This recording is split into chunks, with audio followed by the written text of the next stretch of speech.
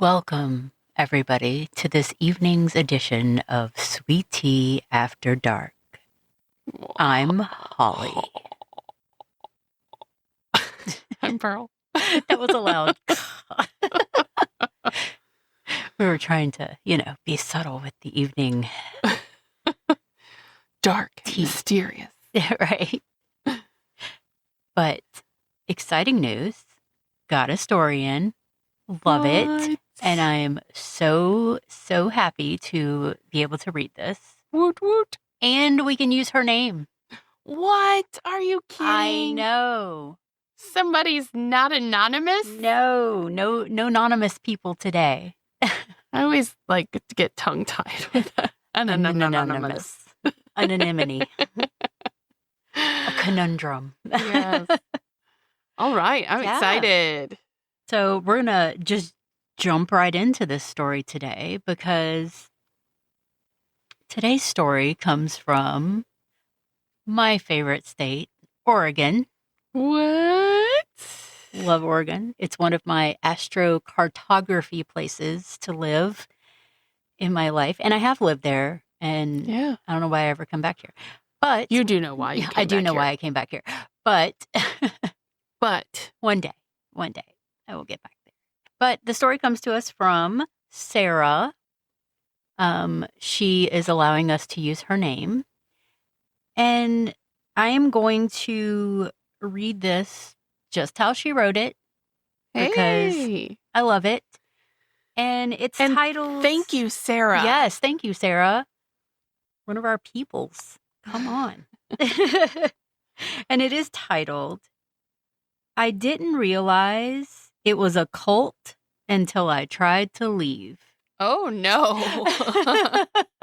I'm like, I'm scared now. Poor Sarah. I know. So she writes, Hi, Holly and Pearl. I almost didn't send this, not because I didn't want to talk about it, but because sometimes I still feel like if I say too much about it, someone will notice or something will notice. I know how that sounds. I do. But I'm going to tell you anyway. My name is Sarah. I'm 29 and I live in the beautiful state of Oregon, kind of outside of Portland in more of a wooded area, lots of trees, lots of quiet, the kind of place where things can exist without being seen unless you're looking for them. I was like, okay. So this all started about 2 years ago. I was lonely. I had a shit childhood. Girl, me too. She said, if you could call it that, I practically raised my mother and my 2 siblings. Like, I wanted to be alone, but I yearned for a support system. And I guess that was all those years of having to raise your mother and your siblings. Exactly. At what point does someone help take care of you? Right. Yeah.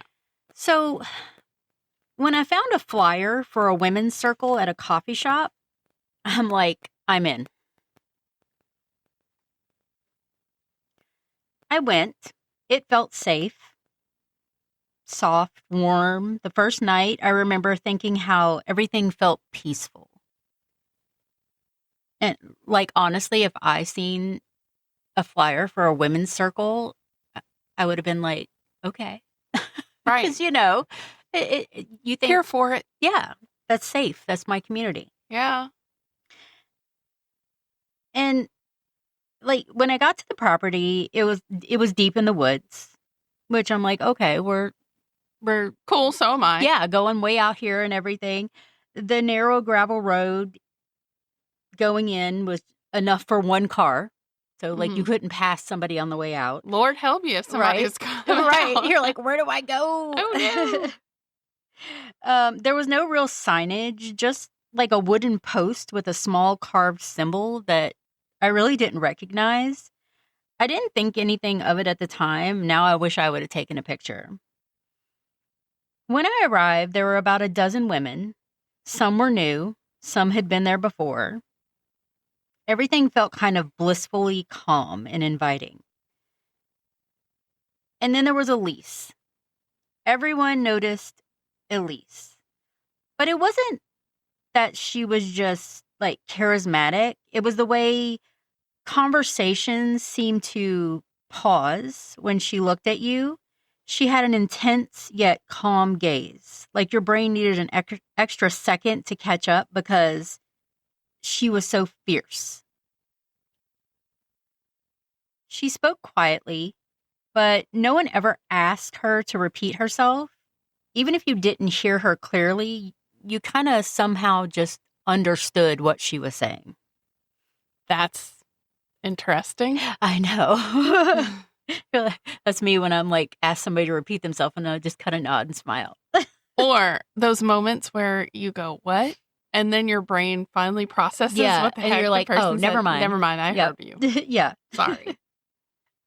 So that first evening, we shared things about ourselves. And I told them things I had never said out loud before, things I hadn't even fully admitted to myself. It felt so good to get some of them off my chest with this feeling that I wasn't being like ridiculed or judged. And afterwards, Elise came up to me. She took my hand and smiled at me and said, I see you. I thought it was comforting. So naturally, the next circle they had, I went back. Of course I did. Of course, it was a healing good time. Because for the first time in a long time, I did feel seen. At first, everything was normal. There was tea, candles, journaling, talking about healing. We were like a sisterhood, a coven, if you will. And we all just got along. See, I would be in this cult. I just like I'm in for it. Holly's in. Yep. But there were little things, small things that didn't make sense, like how in the buildings there were no clocks, so you really didn't know what time it was. Also, your phone would lose service when you kind of got on the property. So in the town before the property, phones worked fine. Once you got onto the land going up to the property, no signals, no bars whatsoever. So you really, and It's when a setup. Right. And then when you got there, you had to put your phones in a lockbox. So you couldn't use them anyway. So you had no concept of time, which is kind of mind boggling when you think about it, because you're literally like, what time is it? What time is it? What time? Yeah, all the time. all the time. Like our lives live on a schedule, and I absolutely hate that. Yeah. So there were members who lived on the property, and sometimes I felt like they were kind of keeping tabs on you where you were at. And I just told myself it was the atmosphere. I was being paranoid because of how I was raised and my, the way I grew up. And then Elise, after a few times of being there, started talking about alignment. She would say, once you begin to wake up, your old life would start to feel heavy. She said that resistance meant that you were shedding, and discomfort meant you were getting closer to truth. So when things started feeling off, I stayed because I thought that meant it was working. And then I stayed overnight for the first time. I remember waking up in the middle of the night and not knowing where I was. For like a few seconds, I didn't recognize the room or myself, and I could hear something outside. Not really footsteps, not like a animal scurrying or anything, just like movement, like something passing slowly by the cabin. But I didn't look because we were in the middle of woods, and no. I just felt like I was in a good place, but I was cautious about it. So the next morning, Elise asked me, "Did you rest well?" And the way she said it felt like a question with an answer she already knew. After that, things just started escalating. But not like all at once. It was a slow escalation. That's what makes it hard to explain. We started doing what was called silence sessions, an hour, then 2, sometimes more. No talking, no movement, just sitting and staring into a candle or at Elise. I'm like, I don't think I could stare at a person for 2 or 3 hours. There's no way. I can see staring at the candle because Yeah. I stare at some things sometimes and just like drift off into la la. But if you That is me having a slight stroke. But if you broke focus, she would make you start over. What? Time stopped making sense. I would leave and realize hours had passed, but it felt like minutes, or the opposite. She told us we were becoming clear, but I started to feel kind of hollow. We were, quote unquote, encouraged to distance ourselves from people outside of the group, not directly, just gently, repeatedly. Elise would say things like, "Notice how your energy shifts after talking to them. Pay attention to who drains you. Not everyone is meant to, like, come with you." So just little subtle things like that. But she was wanting everybody to, like, distance themselves from everybody except for the circle. Isolation. Yeah. But eventually it didn't feel like a suggestion. It felt like a test. But I was so wrapped into this circle, all I wanted to do was please Elise. Then there was the money. It wasn't framed as money. It was commitment, energy exchange. The more you gave, the more Elise seemed to notice you. And everybody wanted to be noticed. The first time I felt actual fear wasn't because of Elise. It was because of the other women. They started to change. Subtly at first, kind of speaking in the same tone. And this was more with the women who had been there for a long time, using the same phrases, laughing at the same time. There were moments where I would say something and they would all just look at me. Not confused, not curious, just still. Yeah, that would have been like, nope, I'm out. Vibes are off. Bye. Now Holly has left the circle. I have left the circle. Let me tweet that. Like, it's like they were waiting for me to kind of correct myself. And eventually I would. So, she would say something just kind of off, and then they were like, and then she would just like correct herself. So she wouldn't make herself seem, strange or anything. Like, Yeah. So about a year in, like, this girl has gone a year in this circle, I ended up moving onto the property. I had gotten so wrapped into this circle, given them so much money, I ended up getting evicted from my apartment. Oh, gosh. Yeah. So she didn't have a choice. Yeah. But to move onto the property or be homeless. Yeah, but I think it was just a matter of like them draining her to get this to happen because I don't think she was going to work as much. The manipulation. Yeah. I told myself this is temporary, but like that I was just going deeper. But once I was there, it felt harder to leave. Not physically, just mentally. Like every time I thought about going to leave, something in my chest would tighten. And I would hear Elise's voice in my head saying, "You're not done yet." Get out of my head. Right. She said, "I don't remember her even saying that to me directly. That's what scares me." Then one of the women, and we'll call her Lena, left, or rather just disappeared. No one ever said the word left, but she was there one day and then gone the next, and nobody wanted to talk about her.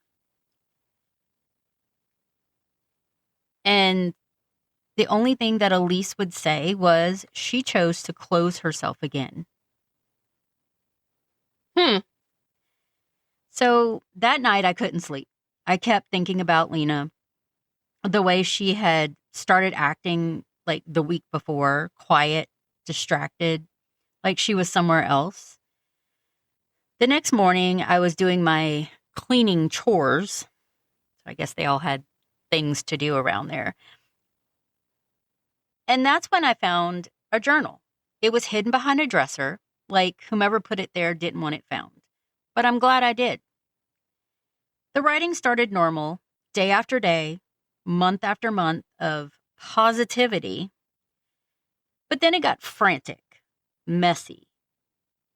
She wrote about forgetting things, about losing time, about waking up outside without remembering how she even got there. And then there was this one part that didn't look like her handwriting at all. It was neater than the rest of it, almost careful. It said, "You were so open when you arrived." I'm like, what does that mean? And then it said, "What is in the tea?" But the last line she wrote was, "I don't think she teaches us anything. I think she empties us." After that, I couldn't unsee it. The way Elise watches us. Not like a leader, not like a friend, like she was waiting. I started noticing how tired I always felt, especially after the evening tea. How hard it was to think clearly. How I stopped questioning things. How easy it had become just to agree. I didn't say anything that evening. I didn't drink the tea. I didn't confront anyone because I didn't know who I could trust. So before sunrise, I got my stuff together and I left. No noise, no goodbye. As I was walking down that gravel road, I had this overwhelming feeling that I shouldn't look back. Then I started to run. I got to a gas station. I called a friend that I had completely shut off because of Elise. I don't know if it was a cult. I don't know what it was, honestly. But I know this. I was changing. And I don't think I was becoming more myself. I think I was just becoming easier to control. Elise was a succubus. Yes. Signed, Sarah. Like, not at all. I don't like that at all. Nope. Yeah. Y'all beware of these women's circles. Right. I'm like, now this scares me because I want to join a women's circle, but I don't want to be in a cult. Well, and the crazy thing is like you see all this stuff about like these men who use the Bible to trick people into all these cult-like things. Mm-hmm. But you never think there may be a lady out there doing the same exact thing. Yeah. Because I just watched the Warren Jeffs and the whole church thing and all of his polygamy and all that stuff. And then there was a new documentary on it and stuff. It gave a little more perspective on some of, like, even his daughter. Yeah. that he sexually abused and everything. Like, I watched that and I'm like, how do these people get so mind controlled by one person? The washing of the brain is real. Whew, like really real. Mm-hmm. But I don't even think that this was like poor Sarah, like, was brainwashing. She was just like wanting a place to belong, and they made her feel welcome. Mm-hmm. Well, that's part of it. But yeah, I mean, they were preying on her, but she seems like a pretty, level-headed person. But it just goes to show you that doesn't matter. You see the things that you want to see, but you're not seeing the things that you should see over here, or that you need to see. Yeah, that it's you not need to necessarily see. Like when yeah. you get people who just tell you everything you want to hear. Like, they figure out what it is you need, what it is you want, and they give it to you, and you're like, oh, and then. And that first night there, she opened up and she told a whole lot of stuff, and they were like, hook right there. Right. We got you. Let's play on those emotions. And then they slowly like sucked her in. Mm-hmm. Like, it took a year and she was in there. Yep. Crazy stuff. Thank you, Sarah. And I'm so sorry that happened to you. And it was a cult. Yeah. And we definitely appreciate that you wrote in and you even let us use your name despite the scariness that is contained in your story. And I do believe that there probably are cults like that up in Oregon, because it's very hippy dippy up there, but there are some evil people. Hippy dippy cults. Yep. The shroom tea. It was something, because yeah. Like, I'm going to admit I've had some shroom time before, but it didn't cause that type of stuff like happening. Right. Like, you have hallucinations, but like, she was literally waking up at night not knowing where she was at, and like just weird things happening, or this other woman waking up outside like she was sleepwalking. Yeah. Crazy. Not knowing how she got there. Crazy stuff. Crazy But again, thank you so much, Sarah. And you know what? All of you could have a crazy story. I'm sure there's more cults out there. Everyone does have crazy stories. It's just who's brave enough to share it. Are you in a cult? Because I know several people that are in a cult, but they just don't want to admit it. Truth. We all know what that means.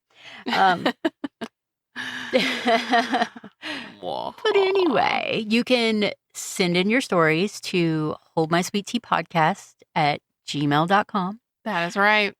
You can go on our website at holdmysweettea.com with the www at the beginning. Of course, always. You can click on send us a message on Spotify. You can send us something on Facebook. We have one on there, like the Book of Faces. You can slide into our DMs on Instagram. There you go. We'll TikTok. Take it. You can send us a message on there. We see them. We don't have to accept messages on there, but if we see one we'll accept it. Absolutely. We will accept it, and we will look at it and run with it. Yeah. And right now we'll probably go ahead and read it on air. Yeah. Cuz it's fun. Yep. We love it. It's been really cool. Mhm. And it's given us a little reprieve of having to like think of things to put out. So, you're helping us along. But I mean, how many places go listen or submit? Yep. And we're going to share it with the world. Like, I've never listened to anything like that. So just trying to be a little different too. Absolutely. And we're supportive of all the weird stuff. Like, we're not going to, we will not shame you. We will not make fun of you. Nope. And nor will anyone who listens to us. Right. We will not judge you. So don't be afraid. We will listen and we will not judge. Don't be afraid. Send it. Send it in. And you don't have to use your name. Nope. But we do have to use Patty Salzetta's name. We always have to use Patty Salzetta's name because she did our theme music. And it's only right for us to give her credit where credit is due. Yep. Because it's amazing. 'Tis. And as newly always, Sweet Tea After Dark is a drunken psycho bee. production. I keep seeing the curtain scene in Psycho. I know. Here's Johnny. Yeah. That's our bee's name. Y'all creep it real out there, like Holly said last time. Yes. And just because we're good nighting doesn't mean you can't keep writing it. Bye.